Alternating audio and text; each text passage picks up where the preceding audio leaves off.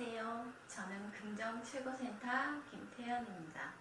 오늘은 성공의 8단계에 대해서 설명을 할 텐데요.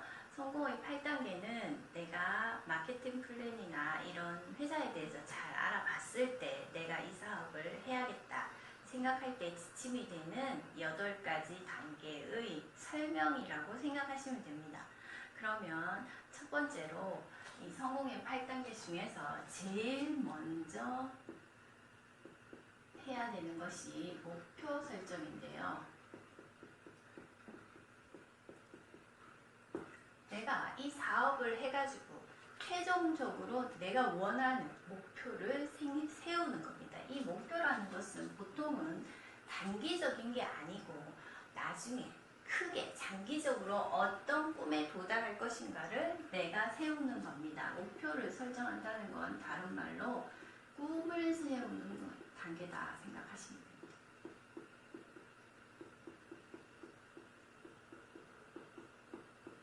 자, 여기서 꿈이라고 하면 사람마다 꿈이 다 다르지 않겠습니까? 어떤 사람은 나는 큰 집을 원해, 나는 봉사활동을 하겠어, 나는 편안한 노후를 안락하게 살고 싶어, 뭐 등등 여러 가지, 뭐 좋은 자동차도 타고 싶고 이런 여러 가지 갖고 싶은 거, 하고 싶은 거 이런 것들이 다 꿈이 되는 거잖아요. 그러면 그 꿈에 대한 목표를 세우는 겁니다. 그럼 이런 확실한 목표를 세웠으면 두 번째 결의 결단을 해야 합니다.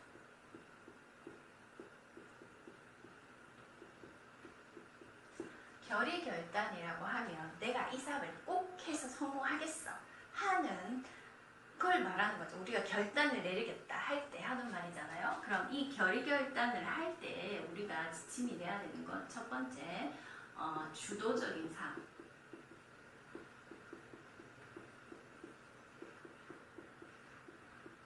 두 번째 긍정적인 삶,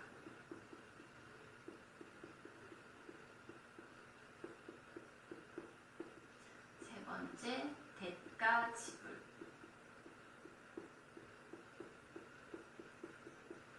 자, 주도적인 삶이라는 것은 내가 이 결의 결단을 할 때 누가 시켜서 너 이거 좀 해봐, 너 같이 나랑 이 사업을 하자, 친구가 끌려오든지 아는 사람이 하자, 그렇게 해서 하는 것인가, 아니면 내가 스스로 정말 잘 알아보고 내 스스로가 판단하는가. 내가 정말 이 사업을 하겠다고 생각을 했는데 집에 갔는데 다른 사람이, 집에 있는 가족이나 누군가가 반대를 할 수 있지 않습니까? 그러면 나는 못할 거야, 너 그거 어떻게 해? 이렇게 할 수 있잖아요. 그럴 때 내가 정말 똑바로 내가 스스로 판단을 했다면 그런 여러 가지 외압에 흔들리지 않고 이 사업을 하겠다는 생각을 할 수 있지 않겠습니까? 그게 주도적인 삶이에요. 내 삶은 내가 헤쳐나가는 거지 않습니까? 그리고 긍정적인 사고라는 것은 무엇이냐면 다른 사람이 네가 해봤자지 뭐, 네가 그걸 어떻게 해, 막 그렇게 할 때 나는 될 거야 다 잘 될 거야, 나는 꿈을 이룰 수 있어 하는 긍정적인 사고를 가지고 이 결의 결단을 해야 된다는 겁니다. 그리고 또 한 가지는 뭐냐면 모든 일에는 공짜가 없지 않습니까? 이 일을 할 때 우리는 수많은 거절과 반대를 경험합니다. 그리고 많은 시간을 투자해야 되죠. 그러니까 이 대가라는 것은 시간 투자인 시간도 있을 수 있고 거절이 될 수도 있고 그 다음에 사소한 반대도 될 수 있고 여러 가지가 생기지 않겠습니까? 이런 것들을 대가 지불한다 생각을 하고 세상에 공짜는 없구나 이렇게 생각을 하면서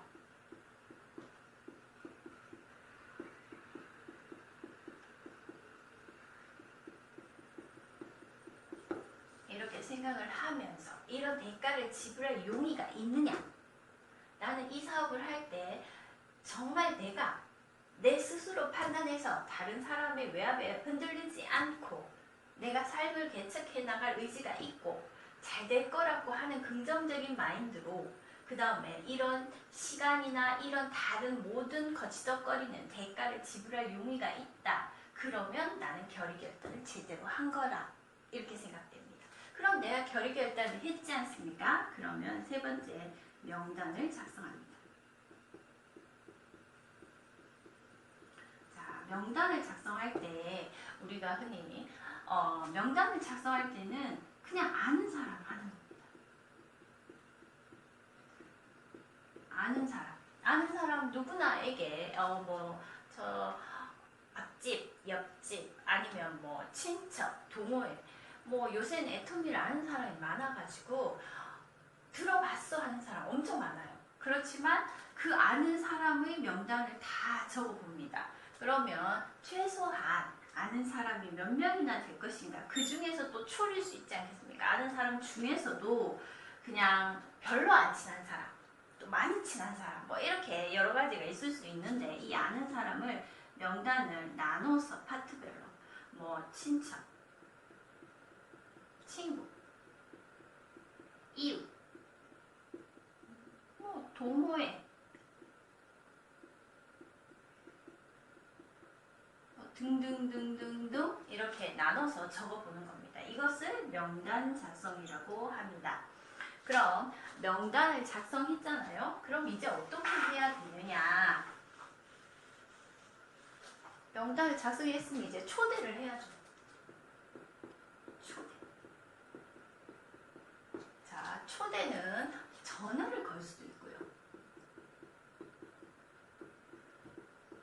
요새는 SNS도 많고 카톡도 있고 등등 있으니까 아까 말한 그 명단에 의해서 하루에 몇 명씩, 나는 하루에 5명씩 아니면 10명씩 나눠서 아까 말한 파트별로 나눈 사람들에게 전화를 겁니다. 아니면 초대를 합니다. 약속을 정하는 거죠. 우리 만날래? 이렇게 정해서 그 사람들한테 늘 해봅니다. 근데 이게 한 번 하고 되는 게 아니고 5명을 매일 한다고 생각해봐요. 그러면 오늘 월요일날 이 사람들에게 A, B, C, D, E 이렇게 했으면 화요일날 하는 사람은 또 달라야 됩니다. 그리고 수요일날 이런 식으로 늘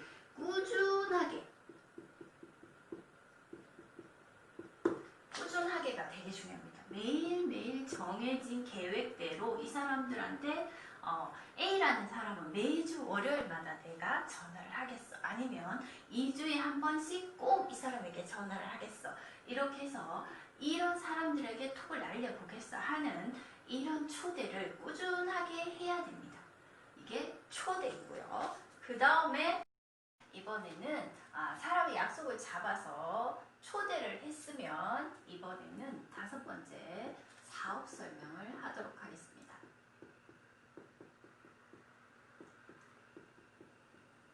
사업 설명은 첫 번째로 회사에 대한 소개, 회사 소개를 하고, 두 번째 제품에 대해서 설명을 하고, 세 번째 수익 구조에 대해서 이야기해줘야 됩니다. 초대를 받은 사람이 사업에 관심이 있을 수도 있고 사업보다는 제품에 관심이 있을 수도 있죠. 그렇더라도 첫 번째로 회사에 대한 이야기는 반드시 해줘야 됩니다.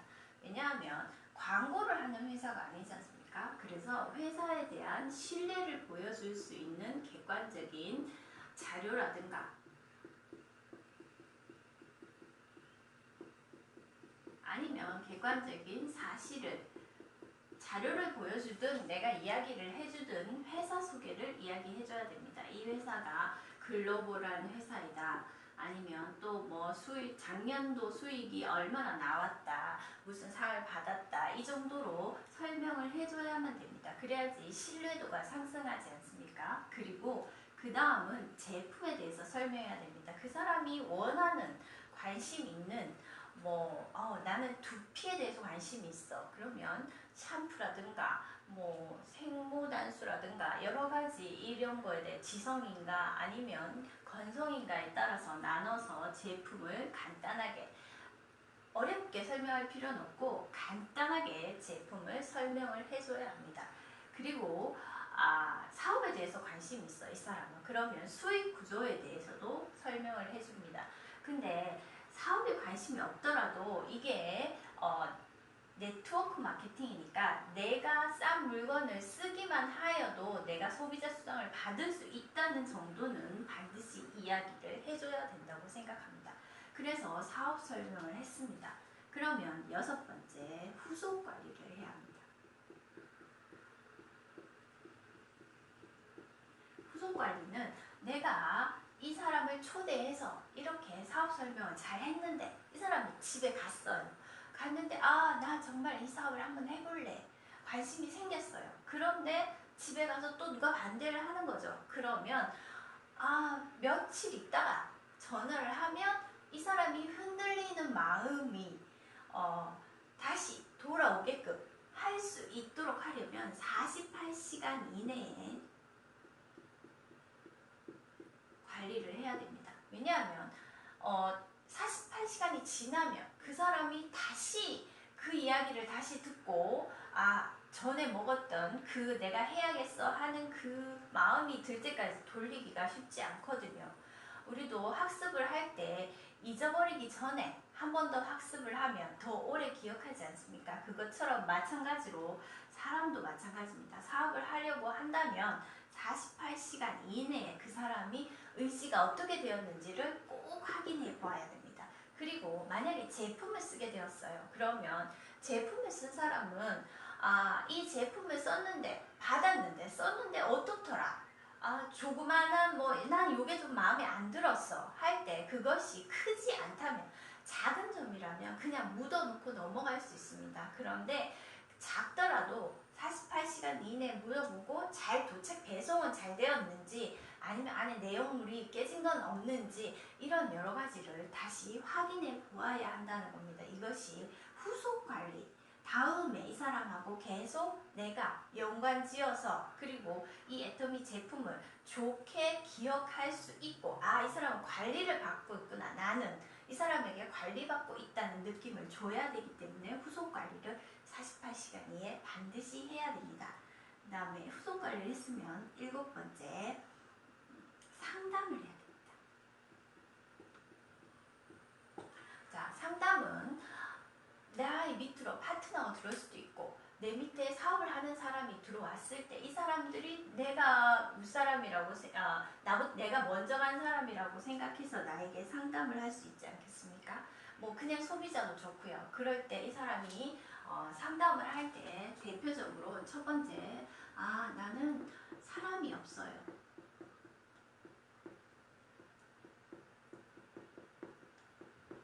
사람이 없다라고 말하는 사람이 있어요. 사람이 없다는 것은 명단 작성을 잘못했다 이렇게 생각하시면 됩니다. 아는 사람 위주로 해야 되는데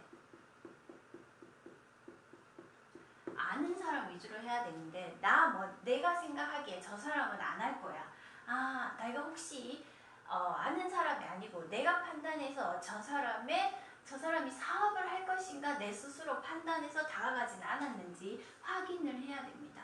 그리고 내가 아는 사람 중에서도 이 아는 사람 A를 만났어요.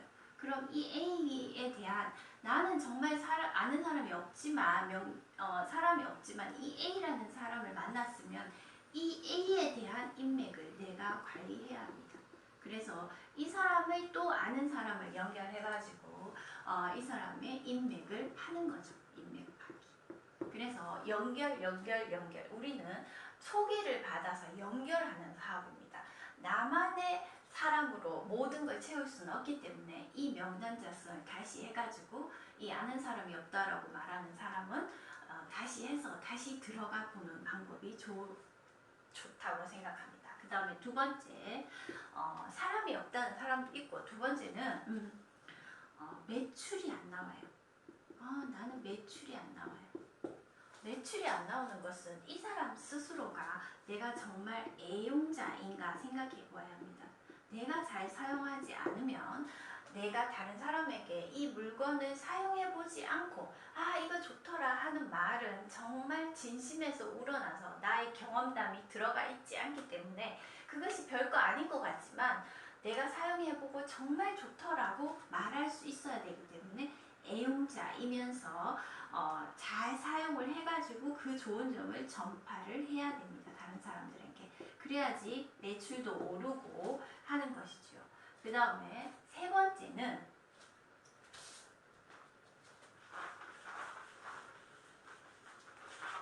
상담을 할 때 세 번째는 조직이 커지지 않습니다. 이렇게 말할 수 있어요.